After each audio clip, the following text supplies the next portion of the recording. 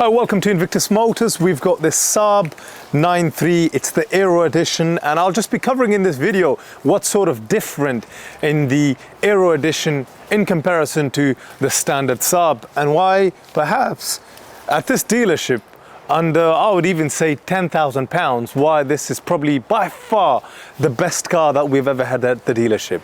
And ultimately, this is probably a bit of a stretch. We recently had a 2020 plate BMW 840i, and just to put this in perspective, I've done about 100 miles in this, and I've done about 100 miles in the BMW 840i. And the ride quality on this, it is absolutely phenomenal, considering the fact that this was from the year 2008.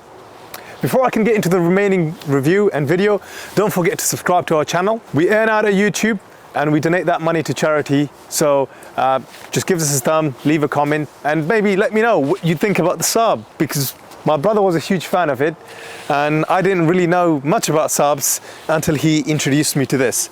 Now let's get right into this video. Firstly, I love the color of it, and secondly, one of the things that come with the Aero Edition is of course like the upgraded body kit, this more aggressive, sportier front bumper, the rear, the twin fat exhaust system at the back, but things like the 18-inch bigger alloys, and on the interior there are a few changes that completely kind of changes your opinion and the way you feel in this car, starting from the fact that it's got cruise control, heated seats, the bolstering around the seats. You know, I'd almost describe it as sports seats because we're a Porsche specialist, and at any point there's a bit of an upgrade on the seats. You kind of straight away think of it as a wow thing. This has got sports seats, but obviously Aero Edition, leather interior, added upholstery around the seats, gives you that very snuggy sports feel to it.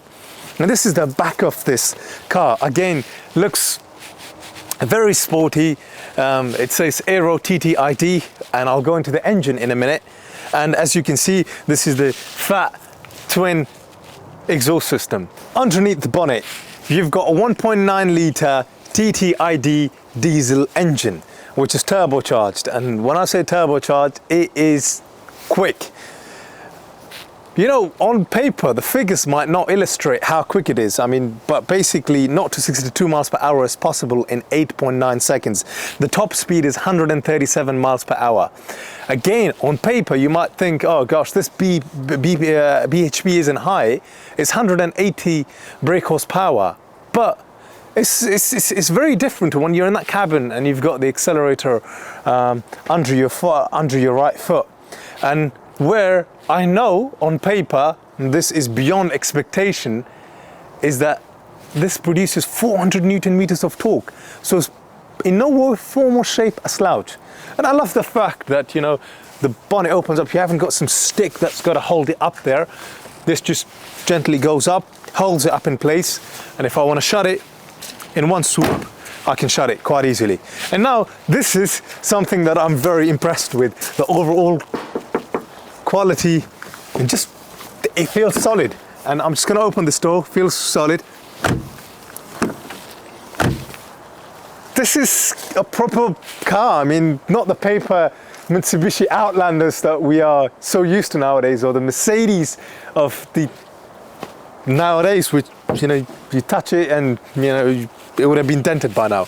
I'm going to let you into the seats, well, to the inside now, and just explain to you a little bit of the inside and what's great about it. Immediately you come inside, leather steering wheel, which it's a sports leather steering wheel is how I would describe it. And it's got this plastics here, which is really nice from an ergonomic point of view, you know, just to hold that steering wheel. And you've got pedal shifts, a button to drop your gear, drop a gear down, or go up a gear.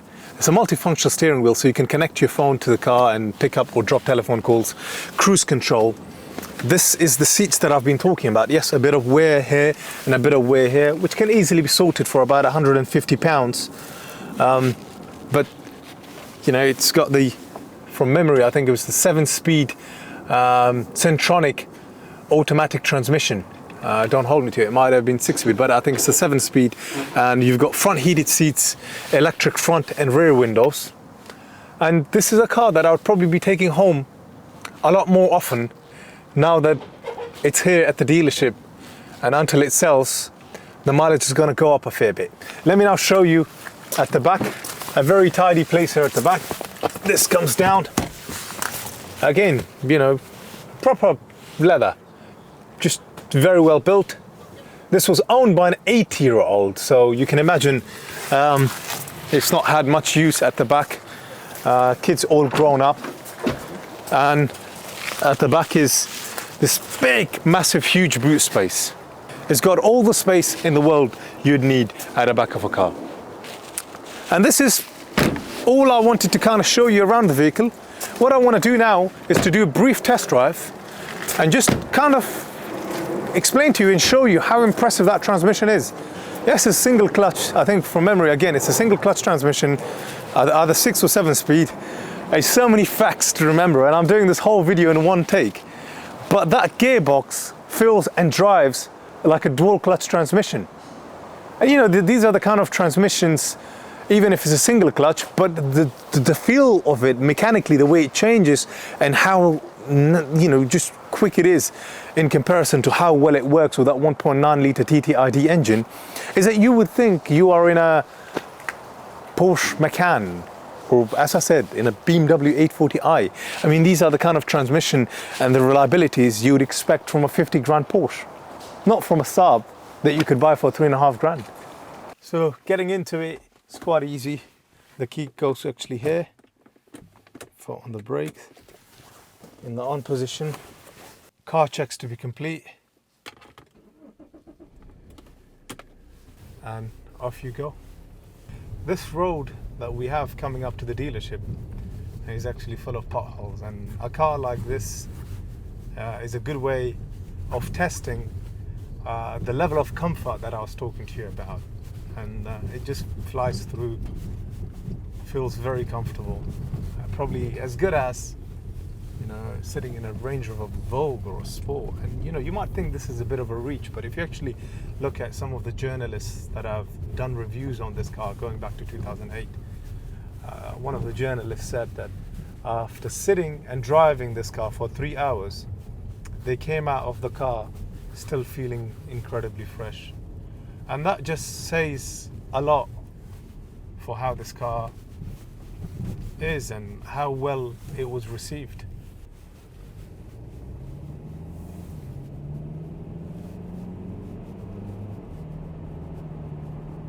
Literally the smoothest transmission. And yeah, okay, you can compare it to DCT, DSG, and the likes of the PDK that you find in Porsche. But the kind of price this was going back to 2008, and the way it feels, and you know, this is 30 miles an hour, and I've not felt the gears pulling me back into my seat. And you've got a dial there, and you know, which says turbo underneath it, and as soon as you touch the accelerator, there is no turbo lag. That turbo kicks in incredibly well, very quickly. There's no lag or delay whatsoever, and that's again testament to Saab. So 1.9 litre TTID diesel turbocharged engine producing 180 brake horsepower, 400 Newton meters of torque, 0 to 62 miles per hour possible in 8.9 seconds, and the top speed being 137 miles an hour. Now I'm putting my foot down a little bit, doing 30 miles an hour, going up to 40. Now 50. There's no weird noises from the engine or from the transmission. And in terms of fuel economy, it's a very economical car. And overall, the way it grips and handles, you could confuse this very, very easily for a sports car. And the heated seats work very intensely. One level of it being on is strong enough, it's good enough.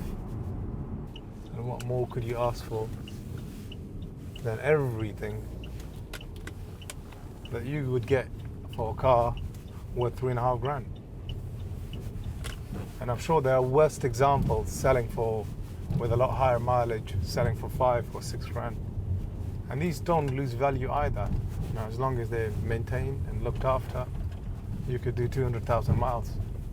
Economical, drives well, it's comfortable. You don't feel the mileage when you have just come off a drive that took you 3-4 hours.